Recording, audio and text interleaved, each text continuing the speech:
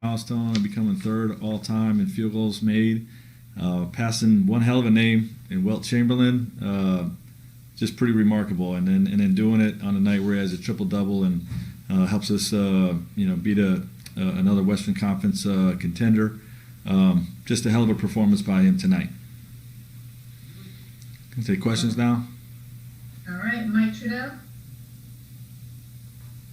Hey Frank, AD just said that you got into the players a little bit at halftime and seemed focused on defense. Just wondered if you could share what your message was and how you saw that impact. Yeah, it was more like a lot of it than a little bit. I was very unhappy with how we played and our energy in the first half, and we started seeing that a little bit towards the end of our trip.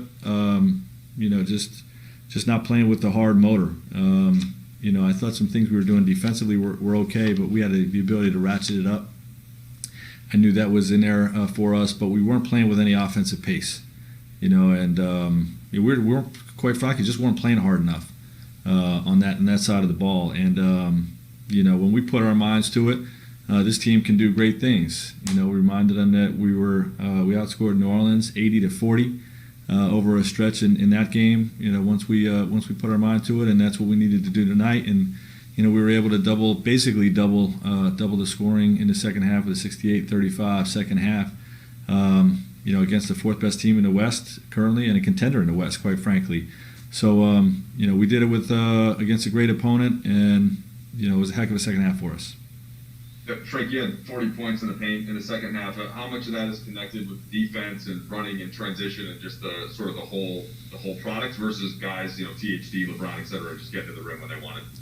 A little both, but the pace, right? The pace is when we're at our best, and the defensive energy creates the pace on the offensive side of the ball, and they both work together. And when we're able to get out, and we had 25 fast break points, so that's where a lot of the points in the paint came. But we were just aggressive and assertive attacking the rim.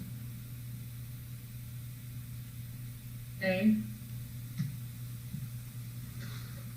Frank, you opened up your post-game remarks to us with a statement about LeBron's accomplishments, which isn't something you normally do. Do you think tonight was a reminder or a statement or whatever you want to say about his standing in the league, especially considering the showing against a guy like Jokic who's gotten some MVP buzz through this quarter of the season mark so far?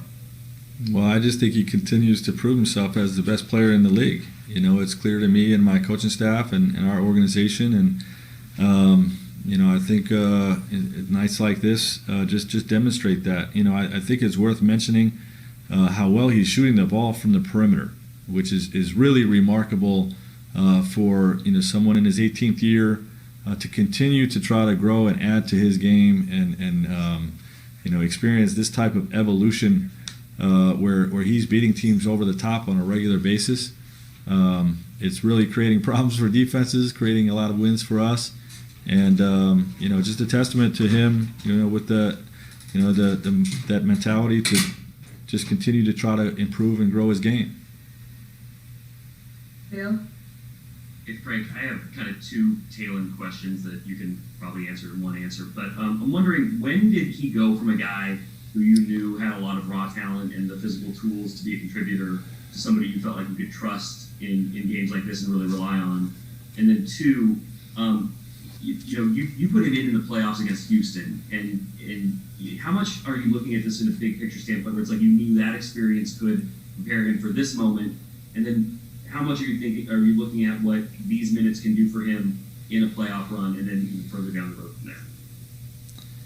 Yeah, it's just been a big progression. I think he didn't really. I know he had some strong G League performances last year, but didn't really register on my radar until I started watching him in the pickup game, or not pickup games, in the practices in the bubble, and in some of those bubble games, just on a regular basis, showing me excellent play, and a very versatile offensive game with some real defensive talent. And for me to put him in a playoff game against the Houston Rockets and James Harden, that shows the level of trust that I had with him back then. I remember thinking, I don't want to look back and say, well, we're trying to beat this team, and I had this guy sitting on the bench and I didn't even use him. So I at least wanted to throw him out there. Every test, so to speak, that we've given them, he's passed, has played really well, and has continued to earn a bigger role. So, the thing is, we have a lot of guys playing well on this team. So there's some stretches where he's not going to play as much as others, but it doesn't mean we have any kind of lack of confidence in him.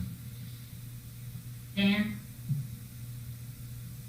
Frank, on the way into half, I think with a couple minutes left, Dennis Schroeder lays out for a ball. It seemed like you were pretty excited about that play because it seemed like you were looking for something like that from your guys. Did you use that play at halftime at all? And in talking to people as sort of an example is like, this is what we need to do for the next 24 minutes? Yeah, we talked about that, and just overall, our overall energy on the defensive end, the final 3-4 minutes of that half, I felt was something that could spark us into the second half. And Dennis's play was an example of that. Anytime a player dives on the floor for a loose ball in front of his coach, that's going to excite the coach. So, we definitely look for that kind of hustle. Dennis fits in to our identity of being a really hard playing dude. And, when we have that kind of speed and intensity on the perimeter with guys like AD and Bron, we're going to be tough to beat. We just got to make sure we put our mind to it, because when we put our mind to it, we can do great things like we saw in that Pelicans game, like we mentioned, and like we saw tonight in the second half. Last three, Kyle Boone.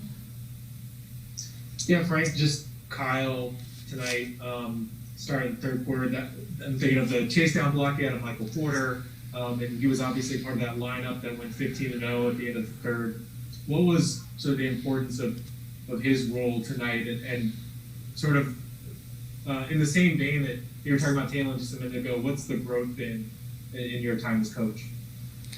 Well, Kuz is just, I feel like he's at peace with what's being asked of him, and is going out there and killing it, and he's what we talked about a lot last year, he's being a star in his role, and his role, him coming in and knocking down threes and making the right play offensively, and sometimes that's going to lead to a high scoring night, sometimes it's going to lead to him creating for others types of night, but him playing as hard as he does on both ends of the ball, crashing the boards every single time, running the floor every single time, working his tail off on the defensive end.